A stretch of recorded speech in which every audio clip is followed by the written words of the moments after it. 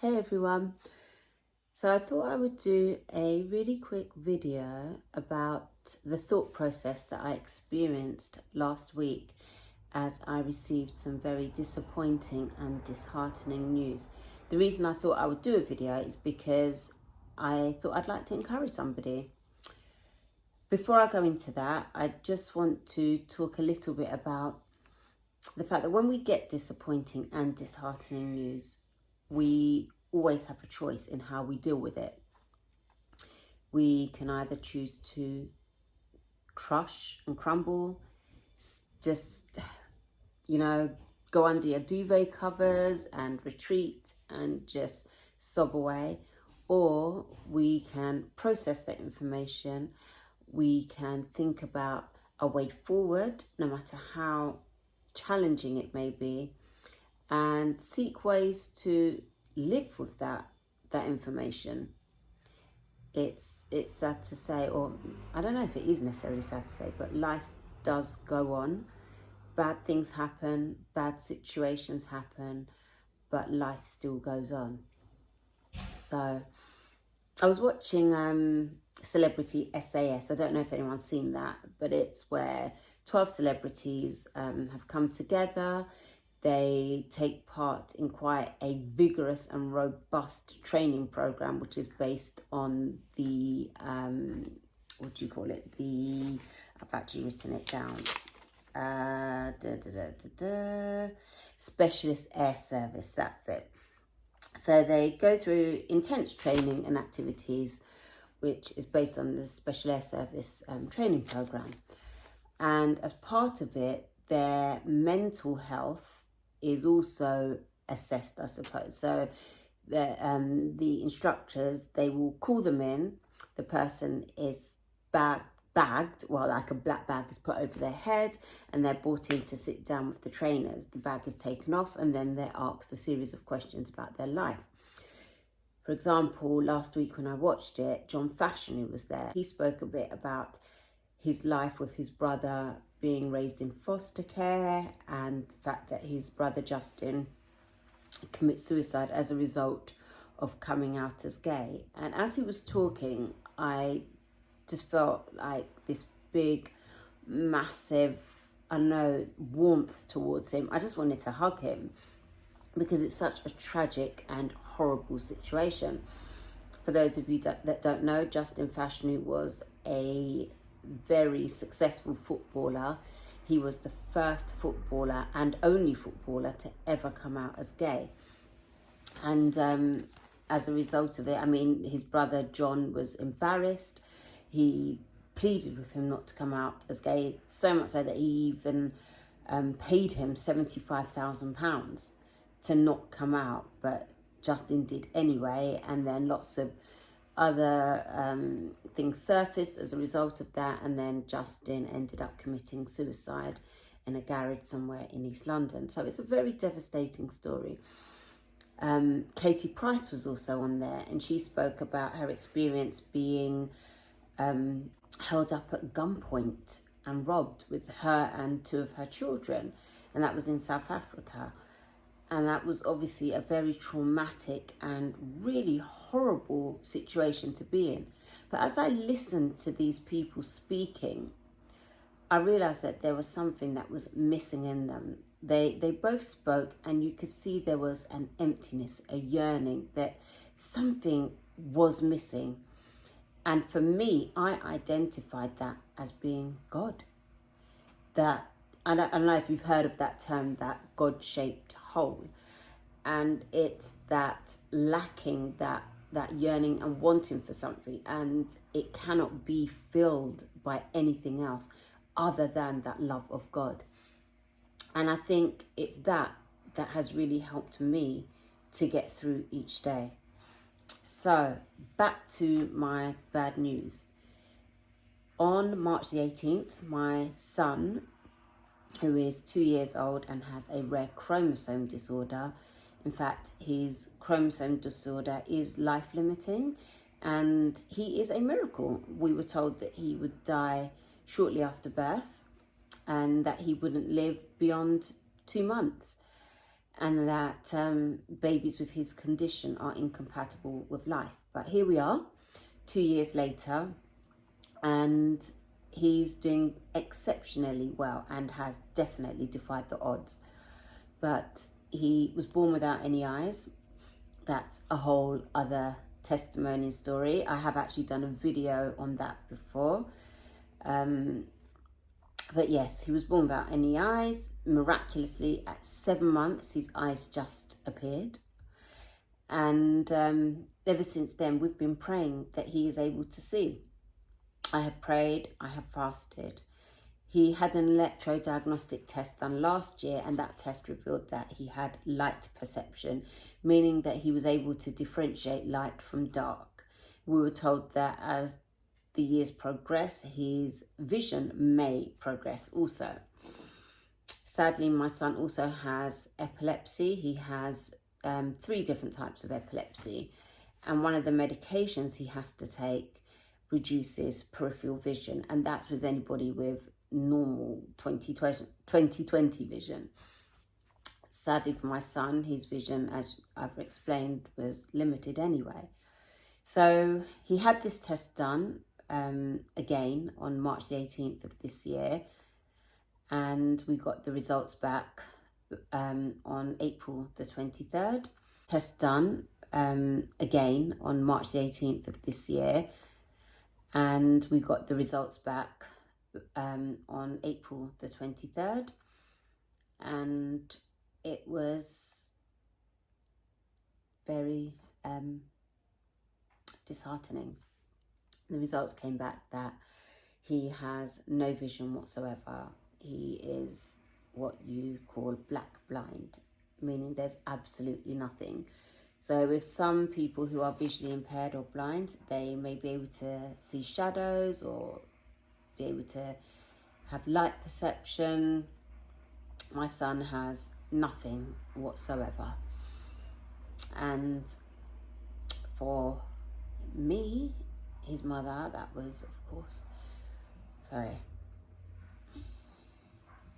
was really difficult and challenging. I mean, it was devastating to find out he had no eyes in the first place. And then for him to then have eyes at 7 months, that was an amazing miracle. And if you do watch that video, it's called Baby No Eyes Miracle, you'll see that I was faithful that God was going to give him vision. So far, according to the test that he had, which was a 3.5-hour test, the results showed that there is nothing there, and that miracle hasn't happened. So where does that leave me with how I view God, and how do I deal with that disappointing news? I remember I was actually in my car when I got the news, and I went through this thought process. I said to myself, okay, Serena, you've had this news now. A miracle has not occurred on this occasion. God hasn't chosen to give him vision. In fact, it's worsened. How do you deal with this? Are you going to curl up and crawl under your covers and just hide away from the world? Or are you going to look at this in a different way and think of all the things that you do have, the blessings that my son does have, and focus on those things? And so I thought, I'm going to focus on the positive things. I'm going to focus on the possibilities. I'm going to focus on all the things that God has done for him in the past. So yes, God gave him eyes when he had no eyes. That is a miracle. My son, when he was born, he was not breathing. We were told that after a week they would switch off his machines. On day 6, he started breathing for himself. His platelet count was horrifically low, and he had to have numerous transfusions. Through prayer and fasting, that was resolved. His blood sugar levels, they were not maintained. And every day he was having heel pricks and tests, and he just wasn't managing his blood sugar levels. Through prayer and fasting, that was resolved. We were told that he would never do anything. He won't learn to sit up, he won't learn to walk, he won't learn to crawl, he won't talk, he won't eat normally. God has been so gracious. Okay, so he is nonverbal, he doesn't talk, but he makes sounds. He laughs so much. He's a happy, amazing, and contented little boy. In fact, he is the only human I know on this earth that is so happy and satisfied with whatever he receives. You give him a piece of foil and he's like the happiest person in the world. You take the foil from him, he doesn't complain. His character is just so inspiring, and I'm actually in awe of him. He amazes me every single day. He can sit up for very short periods of time. I mean really short, like 10 seconds. But he's sitting up, something we were told he would never ever do. He's able to roll.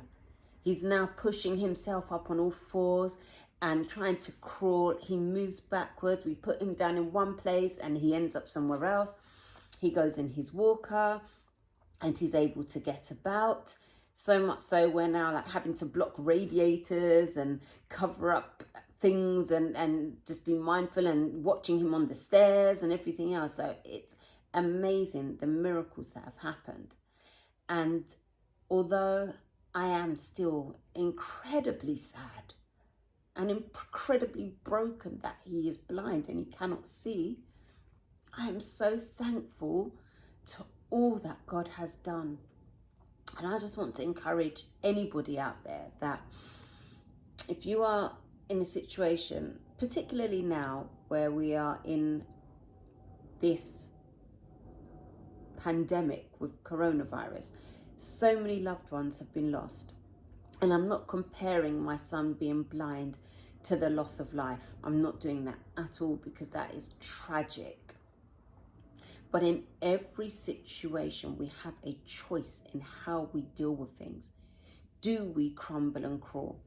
Or do we get up, find the positive, and keep going? Do we count our blessings? And that's what I choose to do. I found something in this book, which I've had since I was about 14, and I absolutely love it. And it's called Hope by Anonymous. And it says, hope is not the closing of your eyes to the difficulty, the risk, or the failure. It's a trust that if I fail now, I shall not fail forever. If I am hurt, I shall be healed. It is a trust that life is good, love is powerful, and the future is full of promise. I don't know what the future holds for my son, for myself, for anybody, for you. But what I do know is that we have that promise of God for everlasting life. And no matter what we deal with here on earth, and so many of us are dealing with so many challenges, we have that promise of everlasting life. God is still good. My son is blind, but God is still good. He's still a good God. And I'm holding on to that. One thing that I love to do is have things to look forward to. So every day I try to think of something amazing and positive for tomorrow, that when I wake up in the morning, I've got that to look forward to. And for me, it can be something as simple as, right, I'm going to reorganize a cupboard, because I love that sort of stuff. But it's something that I look forward to. Or I'm going to bake a cake with the children. It's something to look forward to. So I encourage you this evening, when you lay down to go to sleep, have something to look forward to for tomorrow. It makes a difference. Going to bed with a positive thought in your mind, thinking about something positive and having that positive thing to wake up to makes a difference. And My son's situation may never change. I'm still going to have hope. I'm still going to pray for a miracle. But I'm holding on to all the positive and wonderful things that we have to look forward to.